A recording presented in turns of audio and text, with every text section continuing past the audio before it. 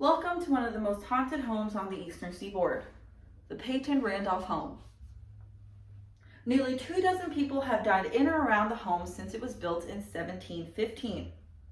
USA Today has even mentioned this home as one of the most haunted homes in the United States.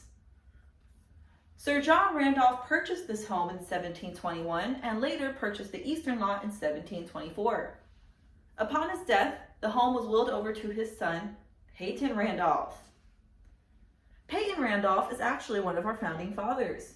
He served as president for the First and Second Continental Congress and is the cousin of Thomas Jefferson. Now, the problems in the house started around the beginning of the Revolutionary War. The governor of Williamsburg at the time proclaimed that any slave that were to leave their owners and join the British Army would receive freedom when the war was over. Now, a lot of Peyton Randolph slaves did do this, including the personal slave of Mrs. Randolph, Eve. But unfortunately, when the war was over, a lot of the slaves were given back to their owners. And Eve was treated very harshly by Mrs. Randolph. When Mrs. Randolph passed away, Eve was sold and separated from her son forever. After that, the house just had a lot of bad fortune. 2 men shot each other in a fight, 2 children died from falling many years apart, and a veteran of the war passed away in the home under very mysterious circumstances.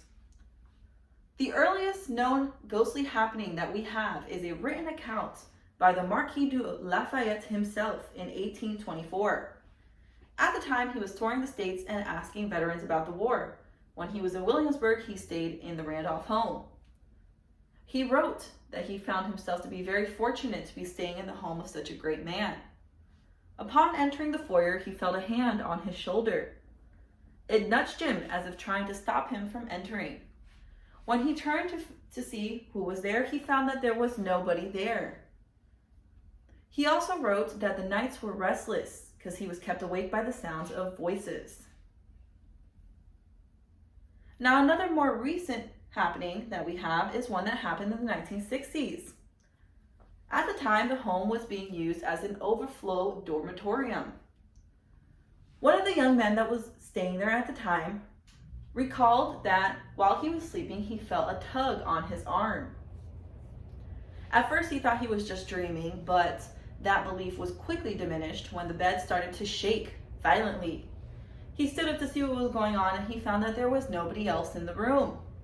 After that, he ran from the home and refused to return even for his belongings.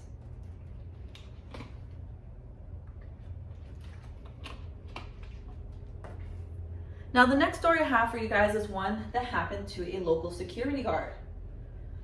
While doing his rounds in the home, he found himself in the basement. While down there, he heard a loud, otherworldly roar. He tried to run, but an invisible force grabbed him by the ankles and anchored him to the ground. He radioed for help, and 10 minutes later, help did arrive. When they got there, they found the door to be wedged shut. When they finally forced it open, the original guard was released from his invisible trap. Funny enough, that story is used on security guard trainees to kind of give them an idea of what it is they might be experiencing while staying in the house. The next story I have for you guys actually happened right over here on the right-hand side on the eastern lot. A woman used to live in the section of the home. While there, she would constantly call security and report the sound of children coming from the Randolph home. When she passed away, a fire alarm went off in the small section of the home.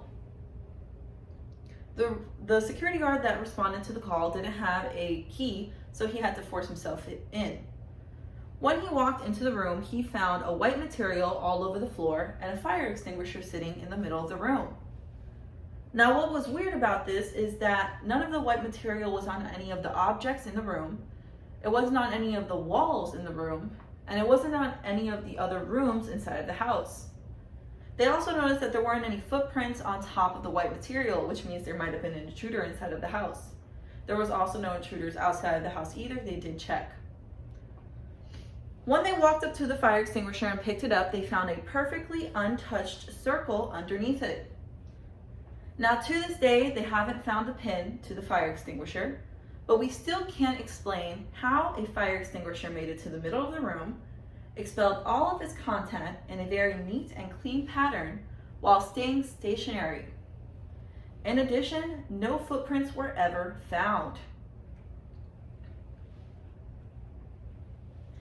If you guys are more interested in a little bit more detailed stories about this, we have the interviews of the security guards that experienced this on our website, so go ahead and check them out. Now you guys are probably wondering, well, why is the house so haunted? Well, in the 1930s, 2 archaeologists discovered 2 Native American bodies buried on the eastern side. Now they did document these bodies and they wrote that they should not be disturbed. On another separate dig, a lot of Native American pottery was also found under the home. In addition, the homes that occupied the area did have very large basements, which means in the process of building these basements, a lot of Native American artifacts were probably destroyed. Now in 1941, the National Park Service built tunnels on the eastern side of the home for the National Historic Parkway.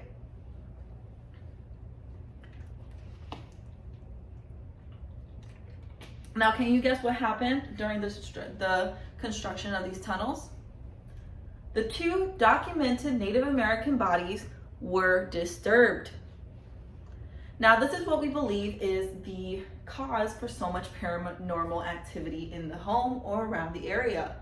The constant mistreatment of Native American artifacts as well as Native American bodies. During our tours, we've also experienced a lot of paranormal activity. During one of our tours, we had 6 guests with EMF detectors. When we stopped to talk about the home, the detectors went from full battery straight down to dead in seconds. A lot of other guests have reported the same thing happening to their phones, where it would just completely die. It would reboot, it would freeze, a bunch of technical difficulties. And one of the most scariest things that happened during our tour happened on a hot summer night. As the tour group stopped to talk about the home, the temperature dropped by 20 degrees. Now, every single person on the tour that day did feel the temperature drop. It went from uncomfortably hot to frigid in seconds. I don't like to think of what it was that was walking by us, but I'm just lucky I wasn't there to experience it. Now, during our ghost hunts, we also tend to get a lot of activity on our spirit boxes. Although we hear a lot of different voices, the message that they have for us is always the same: leave. Some are polite and some use very colorful language. We've had some of our tour guides get completely cussed out by these spirits. But no matter how the message is relayed to us, the message is always to leave. Alrighty, well, thank you so much. I'm so sorry it was longer than expected, but I hope you liked it and I hope to hear from you soon.